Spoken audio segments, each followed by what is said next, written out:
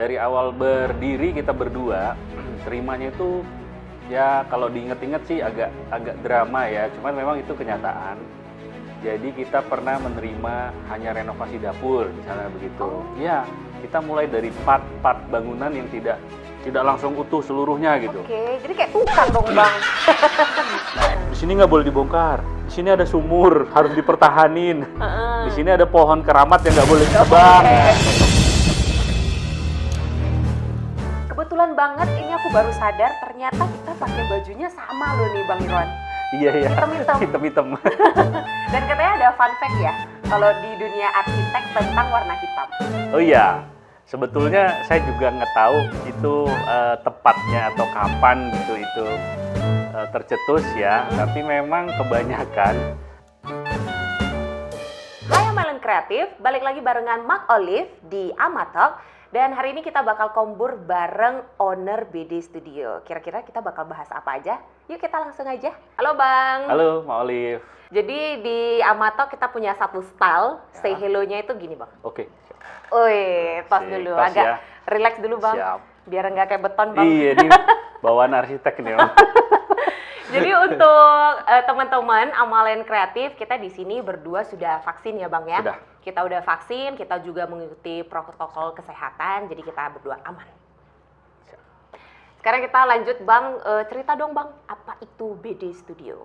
Ya, BD Studio itu sebuah biro kecil yang bergerak di bidang arsitektur, desain interior, dan desain animasi. Ya. Oke. Jadi BD Studio itu sendiri adalah singkatan, yaitu adalah Bumi Desain Studio. Kenapa kita pakai bumi? Karena memang ada maksudnya. Jadi kita ingin membumikan arsitektur agar peran kita sebagai arsitek memang bisa dirasakan oleh semua kalangan. Jadi kesan eksklusifnya seorang arsitek atau dunia arsitektur itu bisa lebih cair. Oh gitu, keren dia. banget ya BD Studio. Pengen tahu nih Bang jadinya, Bang mau minum dulu Bang? Nah, boleh lah. Kita minum dulu ya. Siap. Aduh, aus ini. Biar agak rileks ngobrolnya. Oke. Jadi Bang, pengen tahu perjalanan BD Studio ini sudah berapa tahun? Sampai sekarang kita mau jalan 8 tahun. 8 tahun. 8 tahun. Wow. Ya, dari awal saya cuman berdua, sekarang sudah bersebelas. Bersebelas anggota ya. timnya Anggota ya. timnya. Jadi saya sebagai principal arsitek ya istilahnya. Oke. Ada 10 arsitek yang berada di BD Studio. Nah, masing-masing tentu punya kualifikasi ya. Ada yang dari 10 ini sudah lebih lama atau lebih dahulu masuk ke BD Studio, ada juga yang baru. Oh. Plus kita juga berkala menerima mahasiswa magang, Mak Olive. Jadi mahasiswa jurusan arsitektur, mahasiswa jurusan interior, itu kita beri kesempatan untuk belajar di dunia real, seperti apa sih mereka nanti kalau berprofesi. Nah, kira-kira gitu. Iya, jadi kita memang masih berkembang lah ya. Mudah-mudahan kita punya kesempatan untuk bisa lebih besar lagi. Amin. Jadi Bang, kita pengen tahu awal mula proses BD Studio memulai perjalanan karirnya, bisa dibilang perjalanan karir ya, yang dari lokal, nasional, sampai sekarang kabarnya udah internasional. Ya, jadi memang semua kan ada proses ya. Benar. Kita juga seperti senior-senior atau arsitek-arsitek yang lebih dulu dari kita, itu mulainya dari proyek kecil dulu, Mak Olive. Jadi dari awal berdiri kita berdua, terimanya itu ya kalau diinget-inget sih agak drama ya, cuman memang itu kenyataan. Jadi kita pernah menerima hanya renovasi dapur, misalnya begitu. Ya, kita mulai dari part-part bangunan yang tidak langsung utuh seluruhnya gitu. Oke, jadi kayak tukang dong Bang. Sebetulnya bukan tukang, tapi kita disuruh ngedesain sebuah, misalnya ada extension sebuah rumah nih, dapurnya mau direnov. Dia mungkin, klien ini mungkin pengen kelihatannya ini eksklusif nih dapur. Iya. Nah, kebetulan kita juga belum punya project waktu itu, jadi ya sebisa mungkin ini jadi karya gitu. Nggak sekedar numpang lewat, kita deal udah project itu selesai kita nggak dapat nama gitu misalnya. Iya, Nah, iya. jadi setiap project buat kami berarti, tidak melihat skalanya besar atau kecil. Nah, mulai dari situ yang punya rumah yang tadi dapurnya kita renovasi, mungkin merasa cocok, mungkin merasa puas, lalu Benar. dikenalin ke Oke, temennya. mouth to mouth ya, Iya, mouth to mouth. sellingnya, marketing. Memang awalnya kita juga mau selling atau mau branding yang gede-gedean, kita kan belum punya bahan nih. Iya, iya, Yang betul. project yang betulan real sudah terbangun kan gitu. Tapi ketika kita sudah punya kecil, kita tabung lagi, ada kecil, agak gede sedikit, gede lagi. Nah itu sebetulnya branding tools yang paling nyata ya. Jadi kita nggak perlu gembar-gembor, malah ownernya ini kenalin ke owner lain. Secara tidak langsung kan owner ini jadi kayak agen marketing kita juga Iya, kan. iya, iya. Kalau mereka puas. Benar. Gitu. Dan pastinya kan semuanya puas, Bang. Sebetulnya sih kalau boleh jujur, ini kan soal selera. Terkadang puasnya itu mungkin ada skalanya. Ada yang 100, mungkin 100% oke lah, itu sempurna. Mungkin kalau buat kita, klien itu puas, mungkin achievement-nya minimal 85%, Mbak Olive. Jadi ya, kita nggak bisa pungkirin. Sama kan kayak mungkin fashion. Fashion mungkin menurut kita sebuah tekstur contoh mirip macan tutul itu keren. Mungkin buat sebagian kan tidak terlalu keren. Iya. Jadi sehingga kita tidak bisa menjudge atau menilai sebuah karya seni itu secara objektif kadang-kadang, malah secara subjektif. Subjektif, Perspektif masing-masing, Iya, tergantung siapa yang memakainya, siapa yang tinggal di situ. Nah, pelan-pelan nih berjalan. Itu tahun-tahun pertama cukup betul-betul merintis. Betul-betul Nah, ada cerita menarik nih waktu merintis. Apa Contoh, kalau kita melewati jalan umum, kadang-kadang kan itu ada lahan kosong yang dipagerin seng tuh. Waktu awal merintis kita sampai kalau istilah marketing door to door, kita itu side to side. Oh. Iya.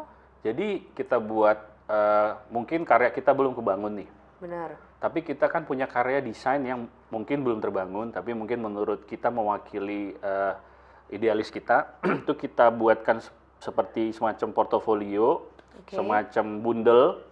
Kita selipkan kartu nama, kita datengin tanah-tanah yang tadi sudah dipagari seng. Yang walaupun sebetulnya kan kita gambling ya. Iya, iya. Itu diseng karena apa? Mungkin mau dibangun atau mungkin sengketa, saya juga nggak tahu. Iya, Tapi at least kita datengin. Iya, iya. Kita datengin. Itu true story yang menurut saya perlu diketahui bahwa semua ada proses. Kerja keras. Kerja keras. Dan di tahun, kalau tidak salah saya, tahun ketiga kita mendatangi sebuah pagar warna biru, kalau saya boleh sebut daerah Johor. Oke. Dan ternyata ownernya internasional. Nah, Wow, di situ ternyata. iya, jadi saya rasa proses yang menarik itu ketika kita memang ya total berada di situ, itu menarik. Jadi waktu itu saya masukin nggak langsung diterima. Jadi kan tentu kalau pagar-pagar seng gitu kan ada mandornya tuh.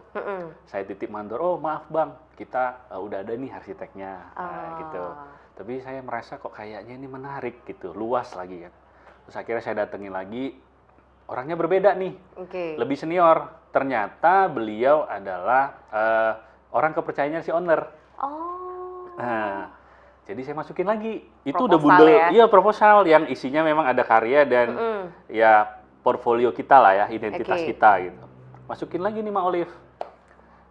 Berarti kan udah 2 tuh yang dimasukin. Nah, artinya dari situ aja kan kita udah ada effort.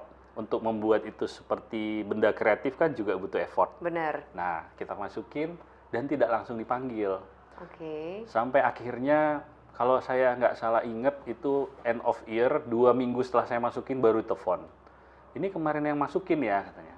Terus, ownernya kebetulan datang dari Singapura. Iya, gitu ceritanya. Sampai itu true story. Dan kalau ada yang mau lihat proyeknya, nanti saya bisa tunjukin di Johor itu sudah terbangun juga.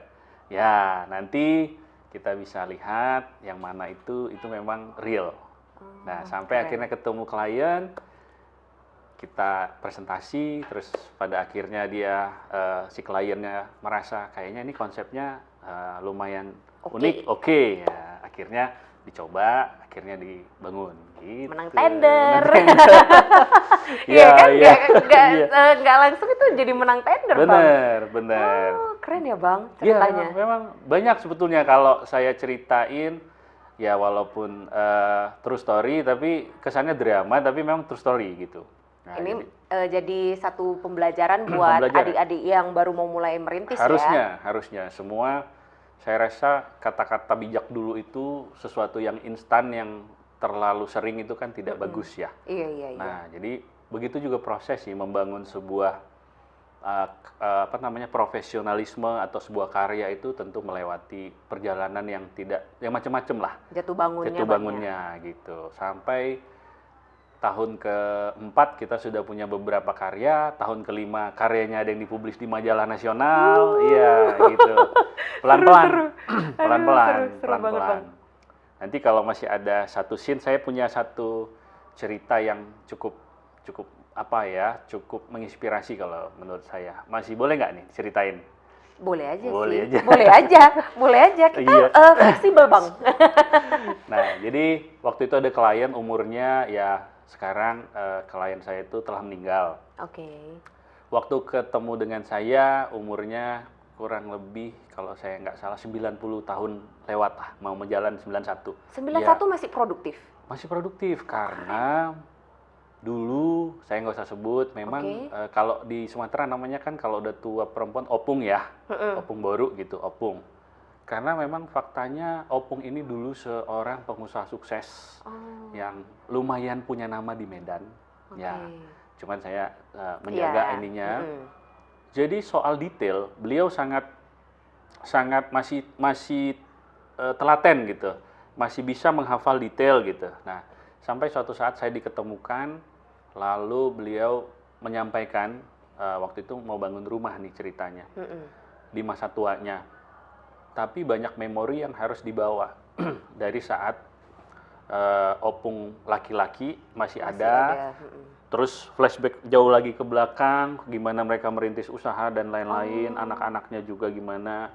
Akhirnya saya tidak bisa memperlakukan ini seperti klien biasa. Karena untuk menangkap memori yang begitu panjang, kita butuh intens komunikasi. Butuh intens cerita, harus jumpa terus. Jadi Mbak Olive, waktu itu saya set waktu itu kalau tidak salah 4 hari atau 5 hari, saya ketemu beliau, saya dampingin, lalu saya setirin berdua. Karena ternyata belakangan saya tahu saya adalah arsitek yang keempat. Nah, pertanyaannya, kenapa arsitek 1, 2, 3 mungkin tidak berlanjut? Saya rasa mungkin bukan soal kreativitas mendesain nih, tapi soal delivery message yang mau disampaikan si opung. Iya, benar. Belum tersalah. Chemistry-nya belum dapet. Mungkin itu ya. Karena kapasitas masing-masing arsitek tentu kan berbeda-beda. Saya rasa semua punya keunikan masing-masing. Jadi berlanjut, hari pertama saya udah setting nih roadmap kita untuk yang dijalanin. Hanya untuk menangkap message yang mau disampaikan opung ini seperti apa sih, bangunan yang keren menurut dia. Nah, jadi kita buatkan roadmap yang memang kita setting untuk menangkap apa sebetulnya message yang disampaikan oleh opung lah ya kita sebut klien ini. Jadi hari pertama saya bawa ke suatu tempat, sebutlah dia zona A. Di situ memang ada beberapa bangunan yang menurut saya mewakili era-era di mana kejayaan opung ini. Gitu.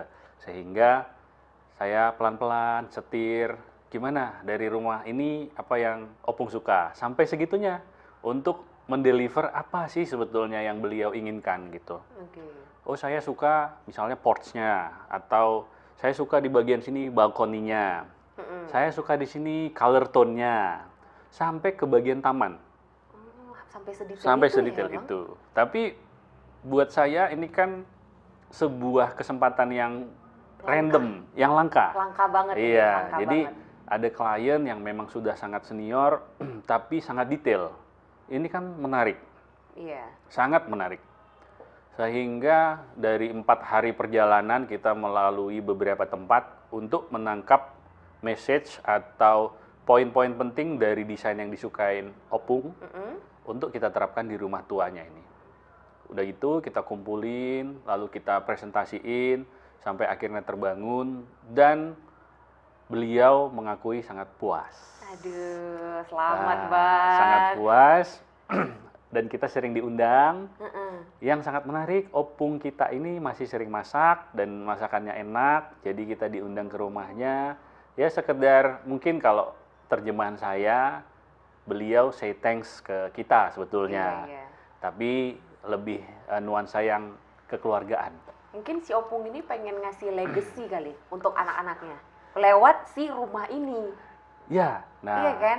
Jadi satu betul. history dari perjalanan si Opung ini untuk anak-anaknya nanti Betul. bisa Diteruskan, diteruskan dipakai lagi ke gitu. generasi berikutnya. Nah itu menarik sekali, bener itu Mak Olive. Jadi ternyata zaman opung ini dulu berjaya, kan mereka sering kayak small gathering lah, Mm-mm. ketemu sesama, ya katakanlah pengusaha, terus mereka berkumpul, sharing. Nah begitu si opung berpulang, ternyata memang benar anak beliau kreatif juga. Oke. Ya, si ibu juga sering mengundang temannya, sehingga yang kita desain itu rumah yang memiliki banyak istilah kita communal space-nya atau ruang bersama. Mm-mm. Contoh communal space itu mungkin beranda atau terasnya. Itu didesain bukan cuman orang sekedar mau masuk pintu utama, tapi didesain ketika bisa disusun bangku, rame-rame bisa ngobrol. Nah, itu kepakai. Tamannya semuanya bisa kepakai ketika ada teman-temannya. Jadi tidak melulu tamu datang di ruang tamu. Di ruang tamu, iya benar. Even di ruang makan pun seru untuk bercerita. Oh. Sampai untuk mempraktekkan yang tadi sambil sharing makanan, masakan, itu ya sejauh ini sih tercapai. Tapi kan balik lagi, relativisme terhadap kepuasan ini kan saya rasa bisa terlihat dari sambutan dan hubungan kita setelah rumah jadi kan. Iya benar. Nah itu jadi ya kami juga pelan-pelan untuk tahun-tahun berikutnya terus memperbaiki diri. Terus berkembang sampai Amin. menjadi hebat ini saat ini. Amin. Ya Bang ya.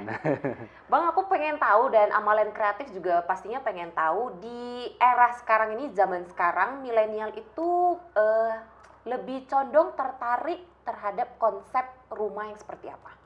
Ya, kalau konsep lebih tepatnya sih sekarang kan tidak ada terkotak-kotak nih, maksudnya tidak desain A, B, C, tapi lebih kalau saya rasa bahasa kita ya dari BD Studio lebih kontemporer.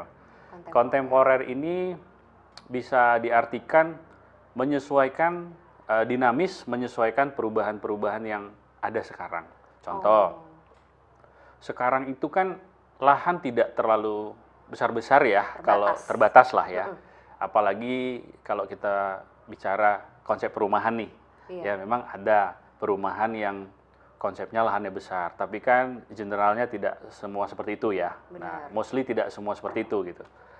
Jadi yang harus cermat dipikirkan adalah bagaimana menciptakan ruang berkualitas yang berada di lahan sempit, tapi kesannya tidak sempit. Open space gitu. Open space, terasa plong, terang. Jadi saat mungkin saat berkumpul dengan beberapa orang tidak terasa sumpek, gitu. Kadangkala kan memang ada saatnya kita punya kesempatan ngedesain dengan skala lahan yang besar. Tapi justru tantangan untuk milenial ini gimana mengolah lahan yang tidak besar tapi efektif. Iya, benar sih. Contohnya, dulu kan ruang tamu ini, contoh ya, ruang tamu harus selalu ada berdampingan dengan ruang keluarga. Iya. Nah sekarang konsep ruang tamu itu bisa dileburkan dengan teras bahkan. Jadi teras kita desain lebih proper, lebih ya mungkin lebih nyaman, walaupun dia tetap semi outdoor. Artinya bukan di dalam ruang yang tertutup semua, Mbak Olive. Tapi begitu ada tamu, kita masih layak untuk menerima tamu di teras itu. Nah, konsep-konsep kontemporer seperti itu sebetulnya yang sekarang harus cermat sebagai arsitek kita pahami. Lalu kalau di BD Studio, karena memang kita mendomani konsep-konsep arsitek tropis, jadi lingkungan itu atau kontekstualnya betul-betul kita pelajarin. Misalnya seperti ini, rumah hadapnya mana dulu nih? Feng Shui. Feng Shui. Baratnya kemana, timurnya kemana, lalu alur sirkulasi itu kan masuk. Ya Iya, kalau ada iya, Feng Shui benar. kan bener ya, sirkulasi jangan tusuk sate atau tabrakan waktu kita keluar dari ruangan Iya. mana, seperti itu. Itu harus betul-betul dicermati. Oh. Jadi penataan ruang-ruang itu betul-betul efektif. Nah, sehingga ruang-ruang yang jarang terpakai, atau kalau bahasa kita negative space yang memang tidak bisa dipergunakan, itu kalau bisa dihindari. Oke. Gitu. Semua ruangan itu bisa efektif terpakai. Nah, itu sih konsep. Kalau soal bentuk bangunan, saya rasa itu lebih condong ke apa ya? Ke selera ya. Selera masing-masing. Selera ya? masing-masing. Ada orang yang mungkin condongnya ke bentuk yang box gitu misalnya nih. Ada orang sekarang yang lagi rame bentuknya segitiga. Ya. Ada juga yang bentuk lengkung misalnya. Ada rumah yang berbentuk lengkung. Katakanlah denahnya itu dindingnya agak sedikit, sikunya tidak tajam gitu, tapi agak gini gitu misalnya denahnya, layoutnya. Ada gitu. ya? Ada. Baru tahu. Iya. Jadi sebetulnya itu adalah akumulasi dari konsep yang memang secara dasar harus dirumuskan dulu. Misalnya Oke. tadi tuh kebutuhan ruangnya apa aja sih, susunannya seperti Susunannya apa, seperti apa. lalu hubungannya ke iklim atau ke sirkulasi jalan yang di depannya seperti apa, barulah semua sudah ditata, muncullah ide untuk tampaknya. Kalau di BD Studio sih begitu konsep perancangan atau alur perancangannya. Berarti konsep ini Bang bisa berlaku untuk rumah baru atau rumah yang lama mau di rebuild, redesign gitu bisa nggak? Nah, pertanyaannya seberapa banyak kalau di rumah lama itu harus dipertahankan bagian-bagian lamanya. Oke. Nah, sebetulnya kalau bicara lebih kemana penerapan tadi, kalau saya bisa bilang lebih ekspresif atau bisa lebih leluasa ketika bangunan baru. Bangunan Bangunan baru.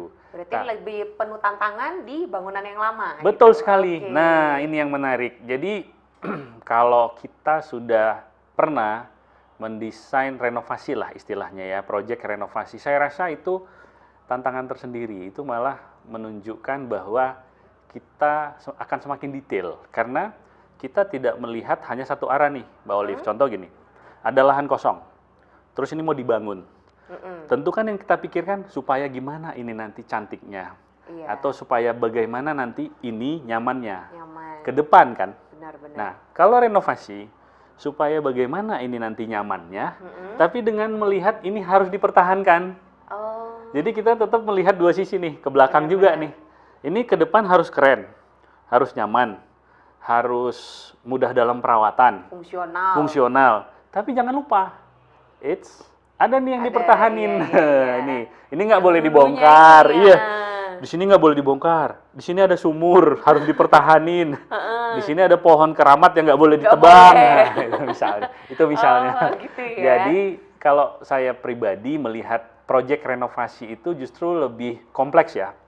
Namun bukan berarti proyek baru kurang menantang. Hanya saja karena cakupan yang harus dipertimbangkan itu lebih luas, menurut saya renovasi cukup punya tantangan tersendiri ya. Belum lagi kalau ada koridor atau batasan-batasan yang harus dipenuhi. Misalnya budget. Ya. Itu baru mau kutanya. Aku tadi udah mau keluarin kalkulator. Bang, ini beli baru atau renovasi lebih murah yang mana? Nah, mungkin ini harus diluruskan juga. Iya. Orang-orang pasti penasaran. Iya. Iya, karena yang kita tahu itu renovasi harusnya lebih Murah. mahal. Harusnya lebih mahal. Iya, Ya. lebih mahal dong. Ya. Iya kan? Karena harus dibongkar lagi, dicor lagi. Nah, berarti Mak Olive sudah benar cara pikirnya. Oh, udah benar. Iya, yang terjadi sebetulnya yang kebanyakan di sana itu adalah orang berpikir renovasi lebih murah karena Oh, gitu. apa? Kita kan ada yang dipakai lagi, Oh, ada yang dipertahanin. Iya, benar. Tapi kenapa saya bilang pemikiran Mak Olive tadi benar? Karena yang dipertahanin ini juga belum tentu utuh dipertahanin.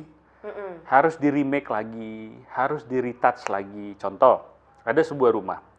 Katakanlah kita hanya mau renov separuh ke depan. Oke. Ke belakang dipertahanin.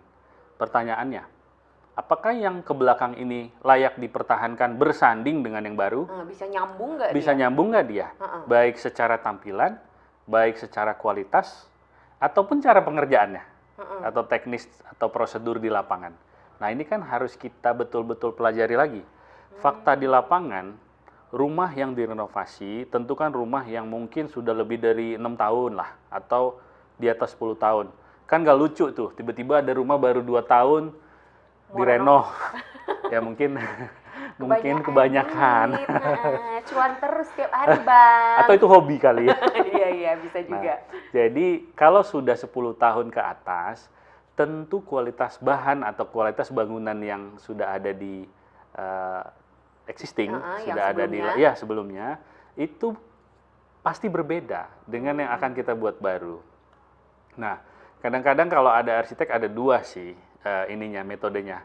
Ini di blend atau dibuat kesannya lebih menyatu, atau dikontrasin aja sekalian.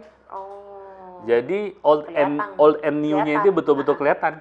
Iya. Nah, biasanya untuk proyek komersil, contoh yang tempat kita sekarang ini Lim Kok Tong. Yes. Ya kan? Jadi ini adalah proyek yang memang dikontraskan. Iya. Jadi teman-teman masih bisa melihat mana sih yang asli bangunan ini, mana yang new-nya. Ya, mana yang old, mana yang new gitu. Jadi kayak ada beberapa beton yang memang kita biarkan terkelupas, itu justru menjadi kayak aksen yang sengaja kita tampilkan supaya tamu atau orang yang melihat ya mungkin secara langsung atau tidak langsung bisa merasakan, oh ini pasti ada dua periode nih. Iya. Ada dua. Atau yang sebelumnya pernah datang, loh ini kan dulunya ini. Iya gitu. Nah, kalau untuk bangunan komersil gitu, biasanya sih itu cukup cocok ya untuk diterapkan yang tadi. Memang old and new betul-betul ditonjolin berbarengan atau dibiarin punya karakter masing-masing. Nah, tapi ketika masuk ke rumah, kadang-kadang nih ada kita beli rumah udah ya agak tua ya. Kan kadang malah kebalikannya. Kita renov tapi yang rumah tuanya kagak dibiarin gitu kan, ya ada beberapa orang mungkin kurang nyaman. Iya. Karena kalau tadi komersil kan untuk public space, untuk orang ramai. Ketika itu untuk personal kita kan, kita yang hampir tiap hari di situ kan, ya butuh yang fresh ya. Fresh, something new gitu ya. Kecuali ada beberapa orang yang memang menyukai kolaborasi antara bangunan lama dan baru, itu bisa juga. Ada yang misalnya kayak seniman. Tiba-tiba yang artistik gitu, betul. Tiba-tiba ada memang dinding yang retak, ya sengaja diretakin sekalian, dibiarin, lalu dibuatnya dindingnya pakai kaca, malah itu jadi kayak hiasannya. Ada juga. Tapi mungkin mostly itu orang-orang yang kreatif lah, orang-orang yang bergerak di bidang kreatif maksud saya. Nah, kira-kira gitu. Jadi balik lagi, kalau saya ditanya, ya tentu saya jawab lebih kompleks proyek renovasi daripada bangun dari awal, dari nol.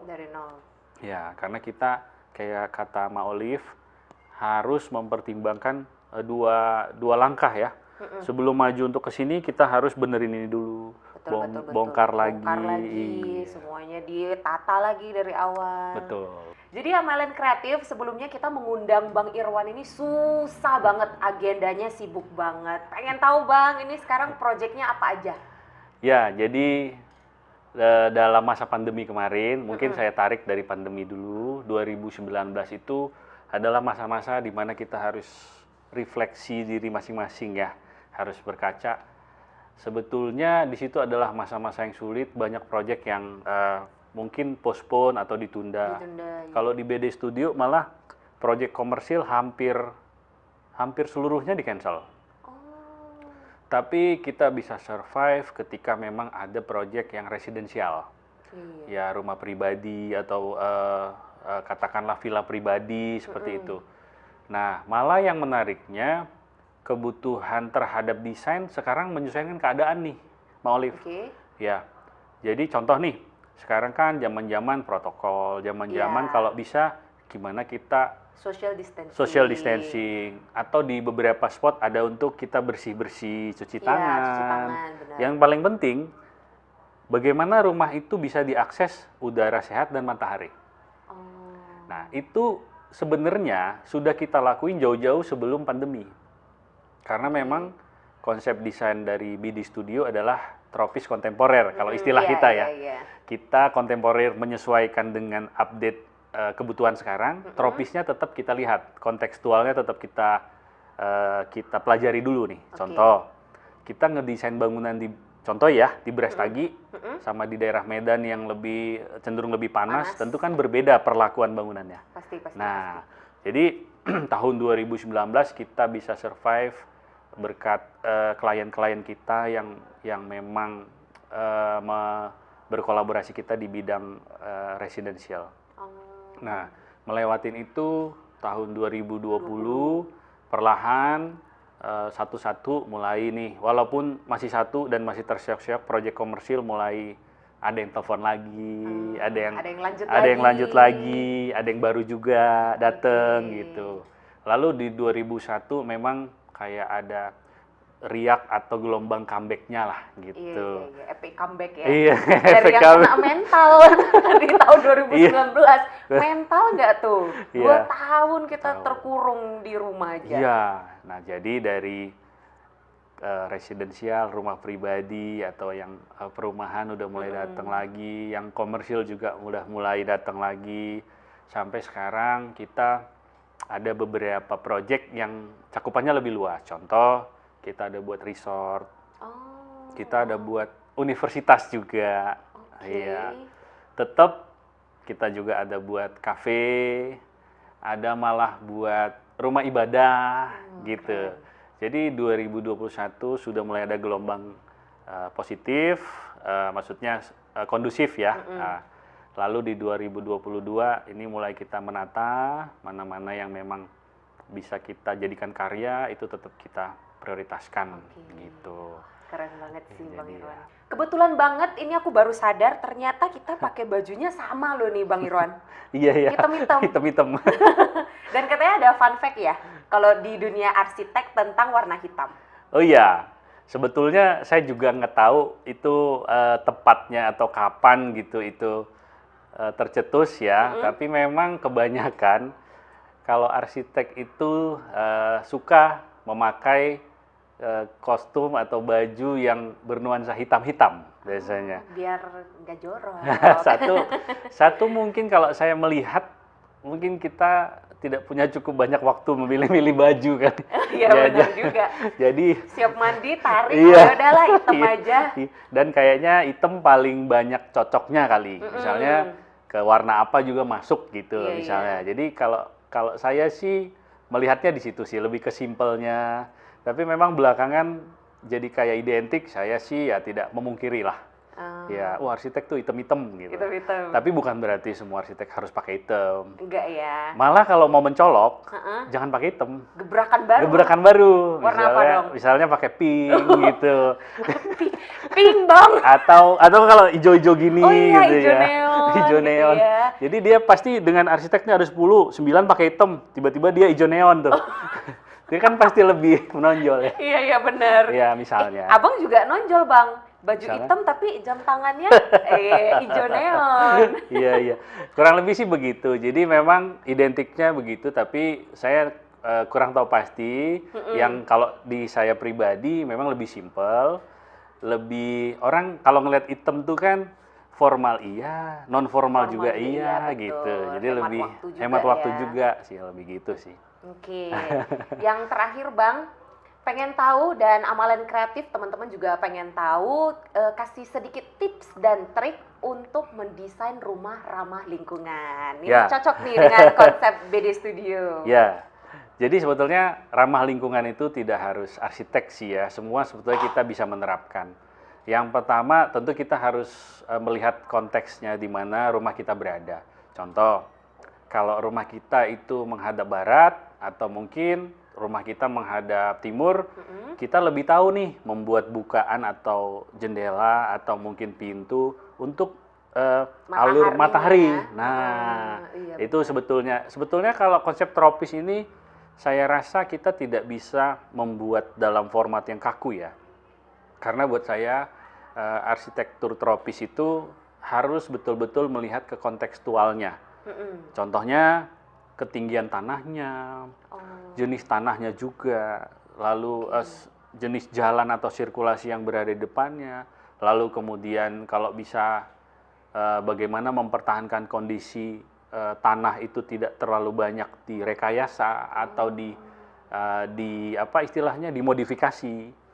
Misalnya kita punya lahan yang sedikit berkontur. Kalau kita bisa mendesain itu konturnya tetap tapi hasilnya optimal, itu malah lebih bagus ketika kita ambil jalan simple, jalan praktis kita ratain aja udah. Nah, ada nilai poinnya. Ada nilai poinnya. Satu, secara tanah juga nggak terganggu kan. Kita tidak harus cut and fill, ya memang apa adanya. Iya betul. Lalu kemudian mungkin teman-teman ya mungkin yang arsitek atau bukan arsitek bisa juga memperhatikan sirkulasi udara ini, Mbak Olive. Iya benar sih. Ya, sirkulasi udara penting karena bagaimana ruangan itu bisa nyaman ketika tidak pengap, ketika tidak harus pakai AC misalnya. Iya, betul. Hanya kondisi-kondisi yang ekstrim, ya katakanlah tropis juga punya titik yang dimana kita tidak nyaman, itu mungkin boleh pakai AC gitu. Tapi at least kalau misalnya mendung, angin sepoi-sepoi, kan tinggal buka jendela. Iya benar. Nah, anginnya jadi masuk semua. betul. Jadi tips tropis itu, tip desain tropis itu salah satunya adalah memperhatikan bukaan atau alur sirkulasi untuk angin. Untuk udara, itu penting. Tadi matahari, baru sebelumnya kondisi sekelilingnya, baru udara. Mungkin satu lagi, sekarang lagi heboh juga kan, lagi ngetren tanaman. Oh iya, ya, tanaman. Ya sekarang banyak tanaman yang fotogenik ya. Iya. Tapi terlepas dari itu, apapun tanamannya biasanya yang berdaun hijau, dia kan menghasilkan O2. Oksigen yang lebih banyak lebih banyak. Jadi semakin banyak kita tanam tanaman atau semakin banyak pepohonan di lingkungan rumah kita, sadar atau tidak sadar makin adem nggak, Mbak Olive? Makin adem kan? Nah, kita pun secara visual juga makin seger kan pandangannya. Iya. Tapi makin banyak nyamuk juga, Bang. Nah, di situ tantangannya. Sebetulnya nyamuk itu, iya kan? mau rumah yang gedong tertutup sekalipun pasti ada nyamuk. Tinggal bagaimana kita, ini soal perilaku juga sih. Tentu kebersihan ya, kebersihan yang sering kita dengar, ini harus air genangan juga tidak boleh ada. Saya rasa itu efektif sih ya. Kalau kondisi alam memang potensinya ada, tapi sekaligus tantangan. Contoh lagi, kita buat teras rumah nih terbuka. Tujuannya kita untuk menikmati udara terbuka. Coba pas hujan. Kadang-kadang kan tempias juga kan? Iya benar. Nah, sekarang bagaimana menyeimbangkan antara potensi alam dengan tantangan yang dihadirkan alam tadi. Itu sebetulnya. Coba kalau kita duduk di teras. Pas hujan tapi tempiasnya hanya sedikit kena kaki gitu. Saya rasa itu malah romantis kan. Sambil minum teh gitu. Ya kan? Teh, iya. Suara hujan, terus ada mie rebus. Oh iya, lapar ya Bang. Ini kita sebentar lagi kita makan ya Bang ya. Jadi tadi itu benar sih, banyak bukaan, banyak nyamuk, tapi faktanya ya memang kita berhadapan dengan alam, konsekuensinya begitu.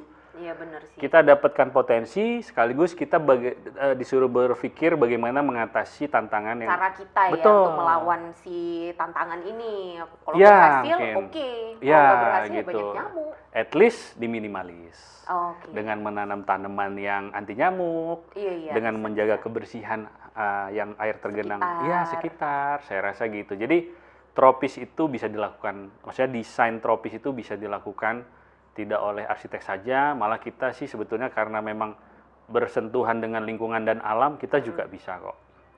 Keren banget. Untuk memulainya. Keren banget tipsnya.